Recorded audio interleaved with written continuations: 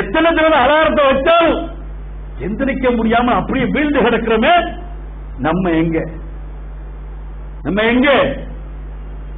அல்லாஹ்வுடைய ரசூலை அப்படியே பின்பற்றுகிறோம் என்று சொல்லக்கூடிய நாம் எந்த அளவு இருக்கணும்? பிறருக்கு சொல்றீங்களா? அல்லாஹ் கேட்கிறான். நீங்க செய்யாத பிறருக்கு சொல்றீங்களா? பிறருக்கு சொன்னா நீங்க தப்பிச்சிருவீங்களா? பிறருக்கு போய் சொல்றீங்களா நீங்க? அல்லாஹ் கேட்கிறான். பல பேருக்கு நெஞ்சில கைய வச்சு அத்தனை பேர் பார்த்து கொண்டிருக்கக்கூடிய அத்தனை பேரும் கேட்கிறேன், எத்தனை தௌஹீத்வாதிகளுக்கு சுபஹ் இருக்கு? சுபஹ் தொழுகை எத்தனை தௌஹீத்வாதிகளுக்கு சொல்லுங்க? அது சுபஹ் வக்தோட எத்தனை பேருக்கு? இன்னும் ஜமாத்தோட எத்தனை பேருக்கு? இத்தனை பேருக்கு இருக்குது. கேட்டா ஒரு ஹதீஸ் எடுத்து வச்சுக்கிறோம். தூங்கி எழுந்தவுடன் தொழுகலாம். என்னப்பா எப்பப்பா அது? ரசூலுல்லாஹ் சொல்லிருக்காங்கல்ல.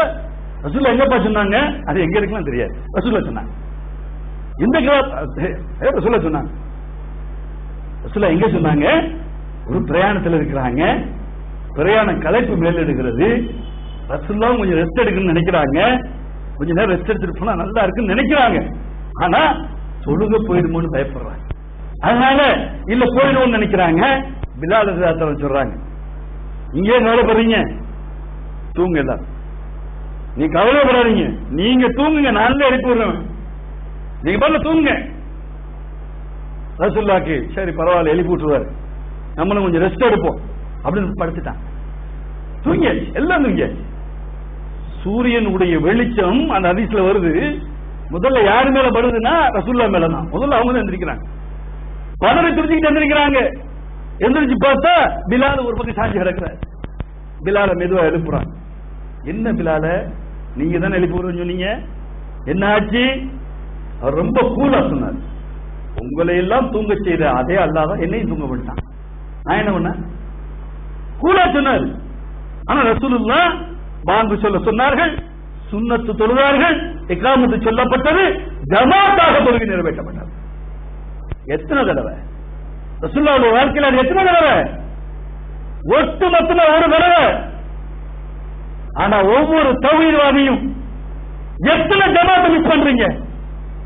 எத்தனை ஜமாத் உங்களை விட்டு போயிட்டு இருக்குது? தொழுகை இல்லாதவன் அல்லாஹ் சொல்றப்ப நரகங்கிறாங்க. நரகம். தொழுகையில நீங்க இப்படி இருக்கீங்களா? நரகத்துக்கு தலையில வந்துறாங்க. இப்ப நம்ம தௌஹீத் சொல்லிட்டு இருக்கிறோம். அப்ப தௌஹீத் சொன்னா அந்த தௌஹீதினுடைய ஒட்டுமொத்த அர்த்தம் உங்க வாழ்க்கையில இருக்கணுங்க, நம்ம வாழ்க்கையில இருக்கணும். இல்லைன்னா சொல்லக்கூடாது, சொல்றதுக்கான தகுதி இல்லைன்னு அர்த்தம். அத்தனை பேரை எச்சரிப்போமா, வாய்க்கிலேயே பேசுவோமா, பல மணி நேரம் சொல்லுவோமா, ஏன் இன்னும் சில பேரை கிண்டல் கூட பண்ணுவோம். அவங்களாம் திக்ரு கோஷ்டி, திக்ரா போயிட்டான், அவனாவது பரவாயில்ல, அல்லாஹ் நினைச்சா திக்ரு பண்றான்னு சொல்லலாம்.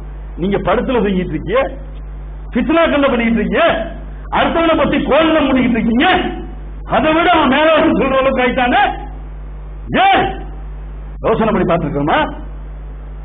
ஒரு குருட்டு சஹாபி,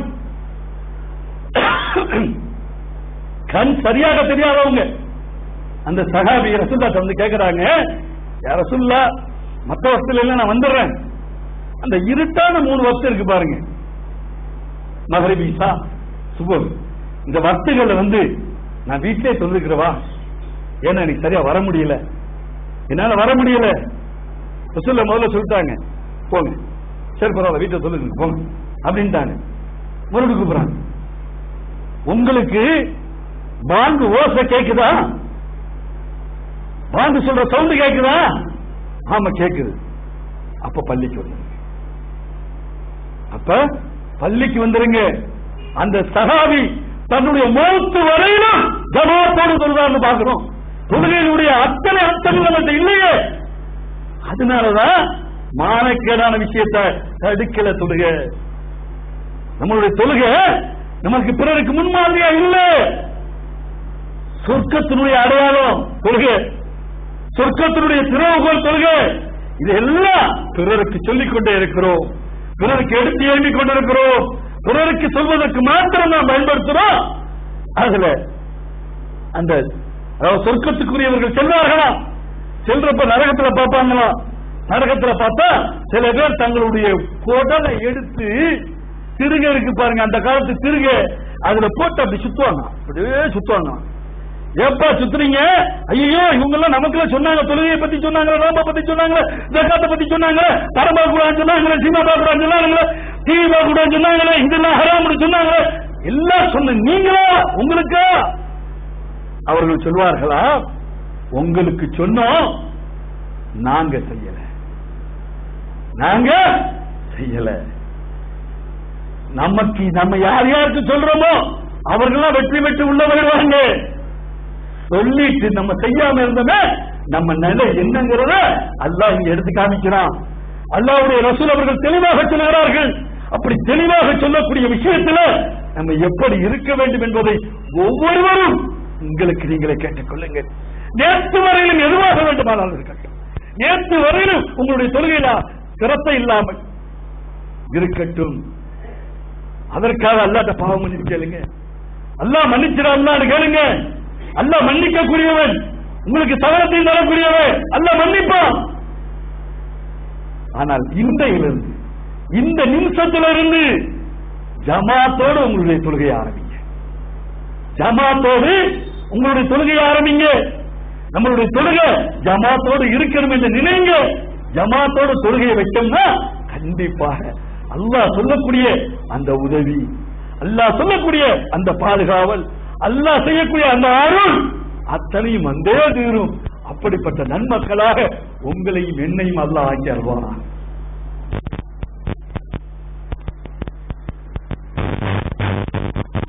அல்ஹம்துலில்லாஹ். அல்லாஹ்வுடைய நல்லடியார்களே, உலக அளவிலும்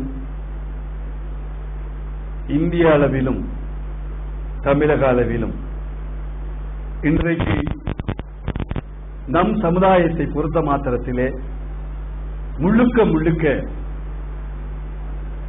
பின்னுக்கு தள்ளப்பட்டுக் கொண்டிருக்கிறோம். நம்மளுடைய உணர்வுகளை அத்தனை பேரும் சீண்டி பார்க்கிறார்கள், கிள்ளி பார்க்கிறார்கள், தூண்டி பார்க்கிறார்கள். ஒரு சம்பவம் இந்த தமிழகத்திலே ஒரு சம்பவம் நடந்திருக்கிறது, தலைநகரில் ஒரு சம்பவம் நடந்திருக்கிறது. ஒரு 9வது படிக்கக்கூடிய ஒரு பெண் பிள்ளை யாரையோ அவனுக்கு பிடித்தவர்